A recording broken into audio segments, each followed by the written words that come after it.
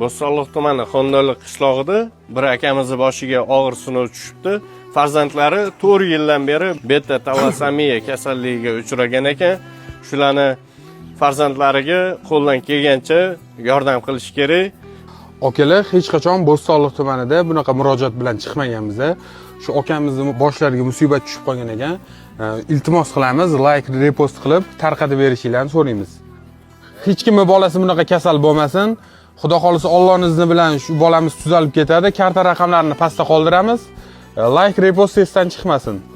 Shu bolani hayotini siz saqlab qolishingiz mumkin. E'tiborsiz bo'lmang.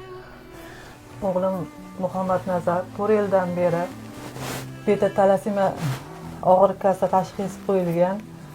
O'g'limga hozirda tomirlariga ham tushish qiyin bo'lyapti.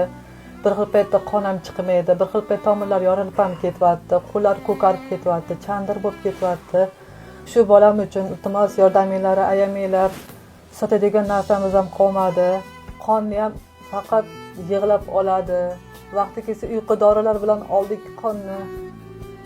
To'xtatib qilgan paytlari ham bo'ldi. 2 marta uyqu dori bilan olgan paytlarimiz ham bo'ldi. Qilmasin menga, qo'limga tiqmasin deb yig'lab iltimos qilgan doktorlarga aytgan paytlari ham bo'ldi. Iltimos sizlardan shu farzandim uchun yordaminglarni ayamanglar. Shu farzandim tuzalib ketsa, sizlarga bir umr duo qilib yashayman. Iltimos yordam qilinglar. Shu ukamiz gemolitik kamqonlik og'ir darajasida ekan. Sizlardan iltimos qilib so'rab qolaman, shu ukamiz sog'lig'iga befarq bo'lmaylik. 5000, 10 ga ham sigaret chakaveramiz. Shu 5000, 10 ga sigaret chakmasdan bir kun bo'lsa ham shu ukamizni sog'lig'iga yordam qilaylik. Shu ukamiz sog'lig'ini saqlab qolishda sizlar ham sababchi bo'lib qolinglar, yordam qilinglar, iltimos qilib so'rab qolaman.